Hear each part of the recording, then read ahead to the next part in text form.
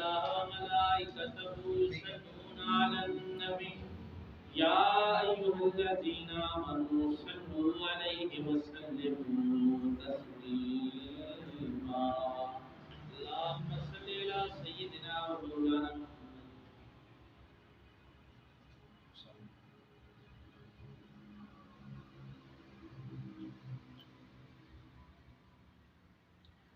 اللهم صل على سيدنا ومولانا محمد وعلى آل سيدنا وأصحاب سيدنا ومولانا محمد وبارك وسلم سبحان ربك رب العزة عما يصفون وسلام على المرسلين والحمد لله رب العالمين الصلاة والسلام عليك يا رسول الله وعلى آلك وأصحابك يا رسول الله حسن مہماں ہوا عشق کے گھر آج کی رات حسن مہماں ہوا عشق کے گھر آج کی رات جذبہ دل ہے بآغوش اثر آج کی رات جذبہ دل ہے بآغوش سراج کی رات اپنے اللہ سے ملنے کے لیے جاتا ہے اپنے اللہ سے ملنے کے لیے جاتا ہے اپنے اللہ کا منظور نظر آج کی رات اپنے اللہ کا منظور نظر آج کی رات اور کہکشاں جلوہ فشاں تھی راستے میں کہکشاں جلوہ فشاں تھی رستے میں کہ ہونے والا ہے محمد کا گزر آج کی رات کہ ہونے والا ہے محمد کا گزر آج کی رات چاند چھپ کر بیٹھا تھا کسی گوشے میں چاند چھپ کر بیٹھا تھا کسی گوشے میں تاب نظارہ نہیں رکھتا قمر آج کی رات تاب نظارہ نہیں رکھتا قمر آج کی رات دونوں عالم کے خزانوں کی ملی کنید دونوں عالم کے خزانوں کی ملی ہے کنید اپنے معراج کو پہنچا ہے بشر آج کی رات اپنے معراج کو پہنچا ہے بشر آج کی رات حسن مہماں ہوا عشق کے گھر آج کی رات حسن مہماں ہوا عشق کے گھر آج کی رات جذبہ دل ہے بآغوش سراج کی رات نہایت واجب الاحترام بزرگ و عزیز دوستو اللہ جل شانہ فرمانوار سے دعا ہے حق کہنے حق سننے ہم سب کو عمل کی توفیق عطا فرمائے جو مدن مبارک کی نورانی بابرکت گھڑیاں اللہ ہم سب کو اس کی برکتوں سے مالا مال فرمائے ضرور شریف کے حوالے سے جامع صغیر میں حدیث پاک موجود ہے جو میں آپ کے گوش گزار کرنے کی سعادت حاصل کر رہا ہوں۔ حضرت جبریل امین علیہ السلام ایک روز بعد رسالت مآب صلی اللہ علیہ وسلم میں حاضر ہوئے۔ عرض کی یا رسول اللہ صلی اللہ علیہ وسلم، آج میرا گزر کوہکاف کی پہاڑی سے ہو رہا تھا۔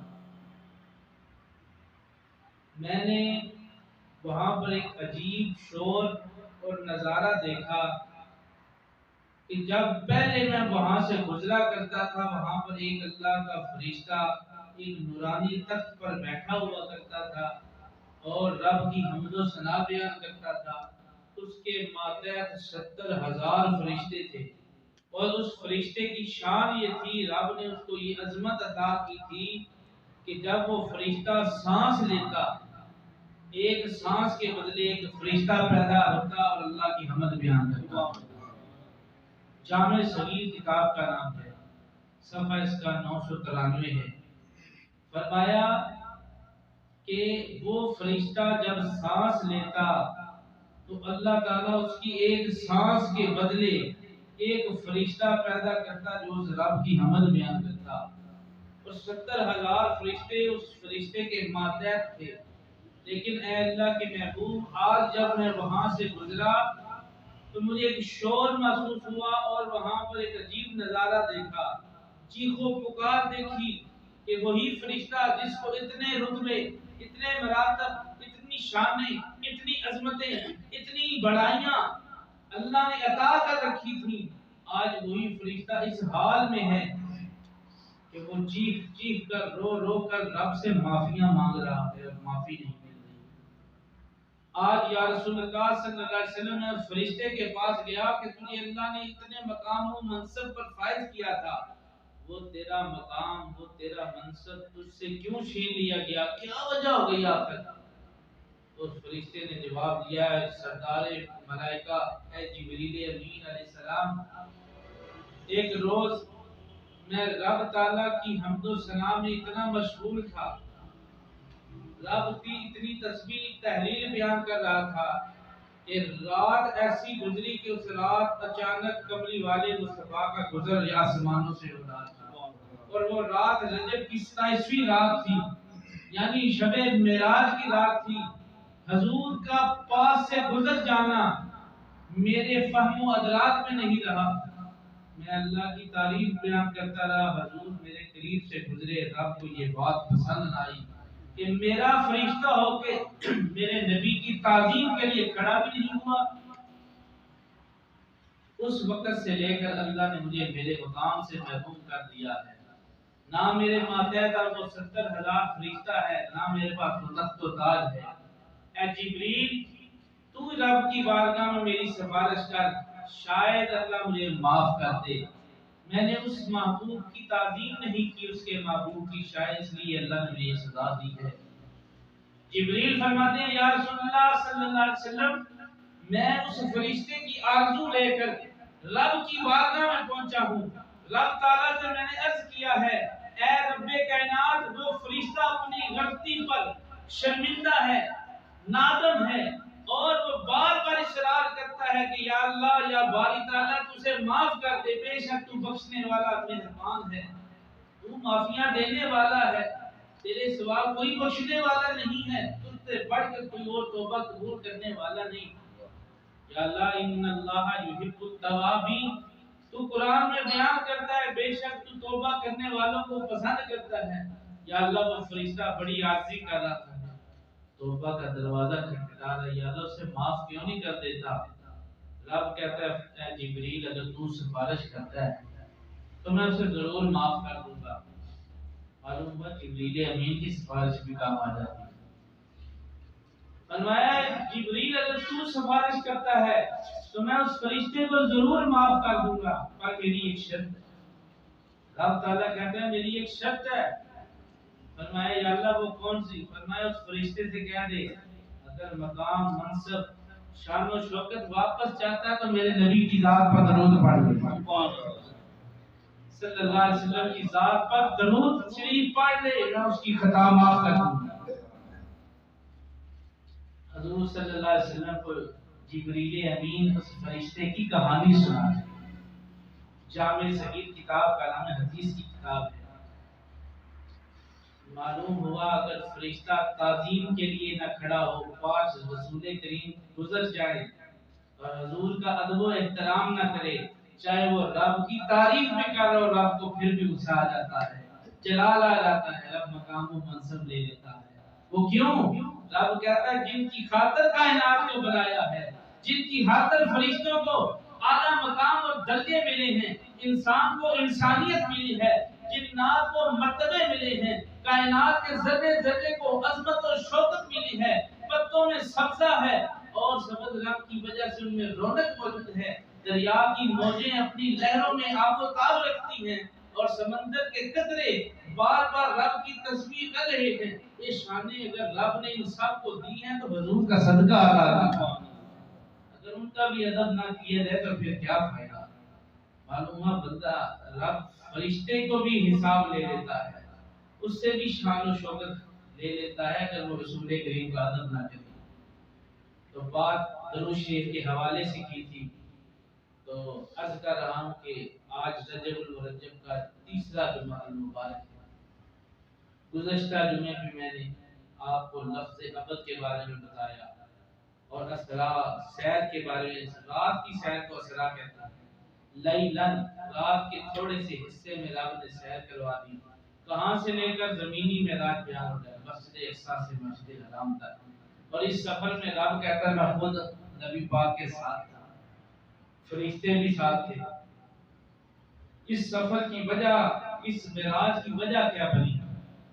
طائف کے میدان میں میرے آقا کو تبلیغ کرنے پر پتھر مارے جا رہے، پتھر برسائے جا رہے، آپ کا جسم مبارک لہو لہان۔ اسی طرح آپ اسی سال ہجرت کا 11واں سال ہے، نبوت کا 11واں سال، نبوت ملے ہوئے 11 سال ہوئے، بعض روایت میں 12 سال، اور حضور نبی کریم صلی اللہ علیہ وسلم آپ کی غم گسار زوجہ حضرت خدیجہ کبریٰ رضی اللہ تعالیٰ عنہ کا انتقال بھی اسی سال ہو گیا۔ غم گسار چچا حضرت ابو طالب کا انتقال بھی اسی سال ہو گیا۔ اس سال کو عام الحزن کا نام دیا گیا، غموں کا سال۔ جب یہ ساری تکالیف سامنے تھی، غم سامنے تھے، رب کو اپنے محبوب پر پیار آ گیا۔ رب نے فرمایا ان اللہ اشتاق الی لقائک یا محمد یا رسول اللہ۔ اے جبریل میرے محبوب کو پیغام دے دے، آج رات اس کا رب اس کی ملاقات کا مشتاق ہے، شوق رکھتا ہے۔ آج میرا محبوب بڑا غم زدہ ہے، اس کا دل غموں میں ڈوبا ہوا ہے، آج میں اپنے پاس بلا کر اپنی ملاقات کا شرف عطا کرنا چاہتا ہوں۔ میرے دوستو، حضور نبی کریم صلی اللہ علیہ وسلم کے بارے میں، اس معراج کے بارے میں امام ربانی لکھتے ہیں، اور ایک اور امام صاحب فقہ کے انہوں نے بڑا اچھا قول لکھا ہے، میں پڑھ رہا تھا کتاب کے اندر، کہ حضور کو اس رات ایک معراج نہیں ہوا۔ یہ نقطے کی بات ہے۔ بعض علماء، آپ تو اکثر علماء سے یہ سنتے ہیں کہ حضور کو یہ ایک معراج ہوا، وہ امام صاحب لکھتے ہیں کہ حضور نبی کریم صلی اللہ علیہ وسلم کو اس رات 10 معراج ملا۔ دلیل کیا دیتے ہیں؟ فرمایا پہلے آسمان سے 7ویں آسمان تک لگاتار معراج ہوئی، 7 معراج دلیل بن گئی۔ پھر پہلے آسمان سے 7ویں آسمان سے سدرۃ المنتہا جہاں جبریل علیہ السلام کا ٹھکانہ ہے، وہاں پر معراج ہوا، 8 معراج ہو گیا۔ پھر جبریل کے ٹھکانے سے ایک اور جگہ آگے آتی ہے جسے استوا کہتے ہیں، وہاں پر جب حضور پہنچے تو آپ کا 9واں معراج ہو گیا۔ جب لامقام پہ پہنچے تو حضور کا 10واں معراج ہو گیا۔ اس رات 10 معراج ہو گیا حضور صلی اللہ علیہ وسلم۔ لوگ ایک پر اعتراض کر کے بیٹھے ہیں، آپ تو 10 معراج ایک رات میں کروا رہا۔ تو اس رات رب نے حکم دیا جبریل جنت میں جا۔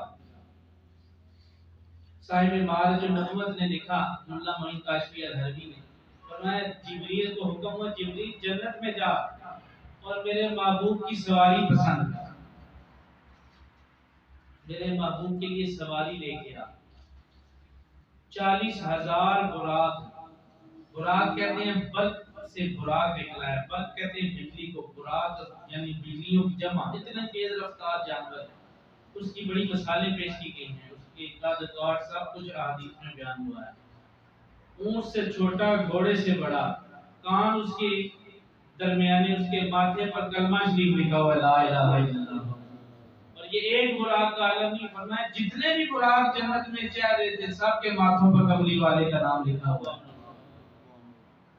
40,000 براق ہے اور بڑھ کے ایک سے ایک بڑھ کے صحت مند، توانا اور فلبا ہے، موٹا تازہ ہے، جنت کی گھاس کھا رہے ہیں۔ لیکن ایک براق ایسا بڑا کمزور ہے، لاغر ہے، بیٹھا ہوا ہے، کھاتا نہیں، پیتا نہیں، روتا رہتا ہے۔ جبریل گئے، فرمایا کہ تجھے کیا غم ہے، تو کیوں نہیں کھاتا؟ وہ براق کہتا ہے کہ یہ جتنے بھی جانور، جتنے بھی براق بندے ہوئے ہیں جو جنت کی گھاس کھا رہے ہیں، ان پر کسی نہ کسی نبی نے سواری کی ہے، مجھ پر کسی نبی نے سواری نہیں کی۔ اسی غم میں رو رہا ہوں کہ میرے لیے اللہ نے کوئی نبی نہیں رکھا۔ جبریل کہتے ہیں مبارک ہو، اللہ نے تیرے لیے سید الانبیاء کو پسند کر دیا۔ تجھ پر اگر آج کوئی سواری کرے گا تو کالی کملی والے مصطفیٰ سواری کریں گے۔ اور رب نے بھی کہہ دیا جبریل تیرے نبی کو، تیرے رب کو عاجزی بڑی پسند ہے، آج اس کو میرے محبوب کی سواری کے لیے پسند کر رہے ہیں۔ اور آپ کو پسند کیا گیا۔ جبریل امین جنت میں سے جنت کا پانی، حوض کوثر اور سلسبیل کا پانی لے کر آئے وضو اور غسل کرانے کے لیے۔ اور حضور نبی کریم صلی اللہ علیہ وسلم کے جنتی جوڑے، جنتی کمر بند اور جنتی امامہ، جسے ہم پگڑی بھی کہتے ہیں، جنت کی وہ پگڑی جس کے بارے میں پیارے آقا نے فرمایا صلی اللہ علیہ وسلم نے کہ 40,000 فرشتے اس امامے کا طواف کر رہے تھے، اور آدم علیہ السلام کی پیدائش سے کئی ہزار سال پہلے رب نے اس امامے کو بنایا تھا۔ فرمایا وہ رب نے جبریل کو دیا کہ جا یہ لے جا میرے محبوب کے لیے۔ فرمایا 70,000 فرشتہ لے جا میرے محبوب کے استقبال کے لیے، پروٹوکول کے لیے، حضور نبی کریم صلی اللہ علیہ وسلم کی شان و شوکت کے لیے۔ جبریل ساری تیاری کر کے باغ رسالت کی کیسے پہنچے۔ ادھر ام ہانی کے گھر، اپنی پھوپھی کے گھر میں حضور صلی اللہ علیہ وسلم نحو استراحت آرام فرما رہے ہیں۔ نبی کی آنکھیں سوتی ہیں، دل جاگتا ہے۔ بخاری شریف میں حدیث پڑھی ہے، حضور نبی کریم صلی اللہ علیہ وسلم نے فرمایا میں سو جاؤں میرا وضو نہیں ٹوٹتا۔ ہم سو جائیں بے خبر ہو جاتے ہیں، ہمارا وضو ٹوٹ جاتا ہے، ذرا سی اونگ آ جائے علماء کہتے ہیں کہ وضو ٹوٹ جاتا ہے، چاہے ہم نے ٹیک ہی لگائی، جھٹکا لگا، وضو ٹوٹ گیا۔ لیکن وہ ایسے بشر بھی خیر البشر بن کے آئے۔ حضور فرماتے ہیں میری آنکھیں سوتی ہیں، دل جاگتا ہے، حضور محو استراحت ہیں۔ جبریل کہتے ہیں یا اللہ دروازے پہ دستک دوں یا آواز دے کہ تیرے محبوب کو جگا لوں؟ رب نے فرمایا نا جبریل، بے شک تو 600 پروں کا مالک ہے، ایک پر کھولے تو زمین و آسمان، مشرق و مغرب اس پر کے نیچے آ جاتے ہیں۔ آج اپنے جسم کو گھسیٹ لے، چھوٹا کر لے، اپنے جسم کو فنا کر میرے محبوب کو قریب جا کے بلا لے۔ چھوٹا کر اپنے جسم کو، جبریل اپنے جسم کو کمزور کر کے چھت پھاڑ کے اندر داخل ہوئے۔ محبوب کو کیسے جگایا جائے سوچ رہے ہیں۔ رب نے فرمایا فقبل قدمے، اے جبریل میرے محبوب کے قدموں کو بوسا دے۔ جبریل کہتے ہیں وہ لب جن سے قرآن نکلا، زبور نکلی، تورات نکلی، انجیل نکلی، وہ رب نے کافور کے بنائے تھے، کافور ٹھنڈا ہوتا ہے۔ فرمایا جبریل میرے محبوب کے قدموں کو بوسا دے، یہ تیرے لبوں کی ٹھنڈک میرے محبوب کے دل تک پہنچے گی، میرا محبوب آنکھیں کھول دے۔ جبریل کہتے ہیں میں نے رب کا حکم مانا اور جھک گیا۔ معلوم ہے پاؤں کو بوسا دینے کے لیے جھکنا پڑتا ہے۔ جبریل جھک کر بتا رہے ہیں کہ میں حضور کا استاد نہیں بلکہ غلام مصطفیٰ ہوں۔ جبریل بھی حضور کے در کا غلام ہے۔ مولوی ظفر علی خان جو بندی مسلک کے انہوں نے اپنی کتاب میں لکھا ہے، وہ کہتا ہے دیکھی نہیں کر کسی نے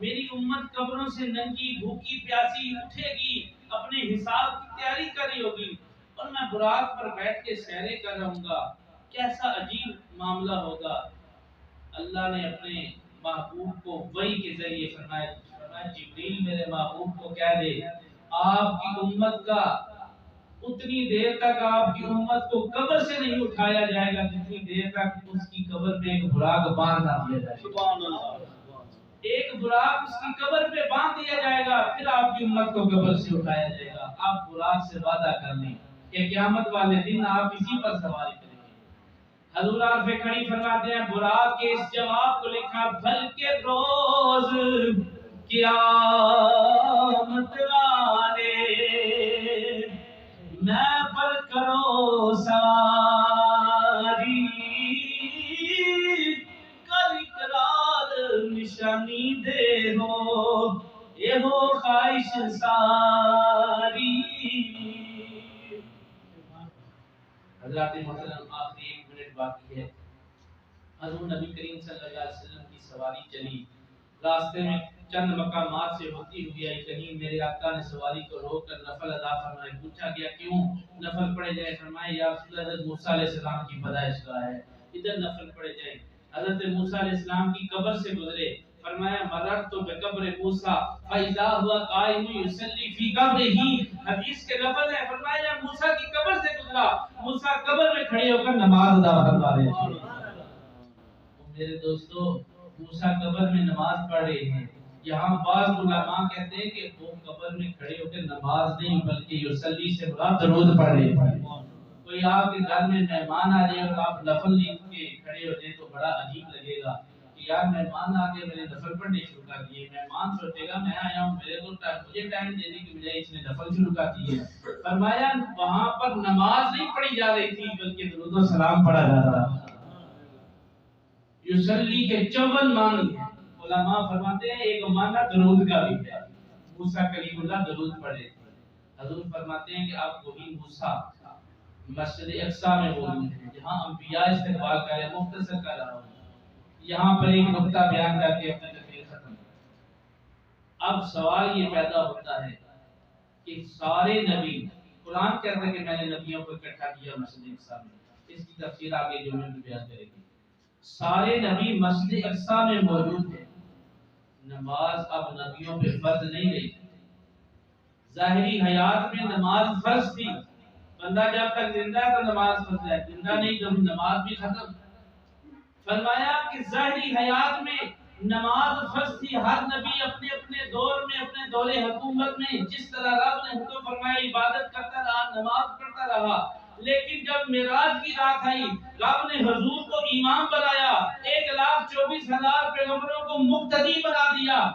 فرمایا کہ اب میرا نبی امام ہے، تم سارے مقتدی ہو۔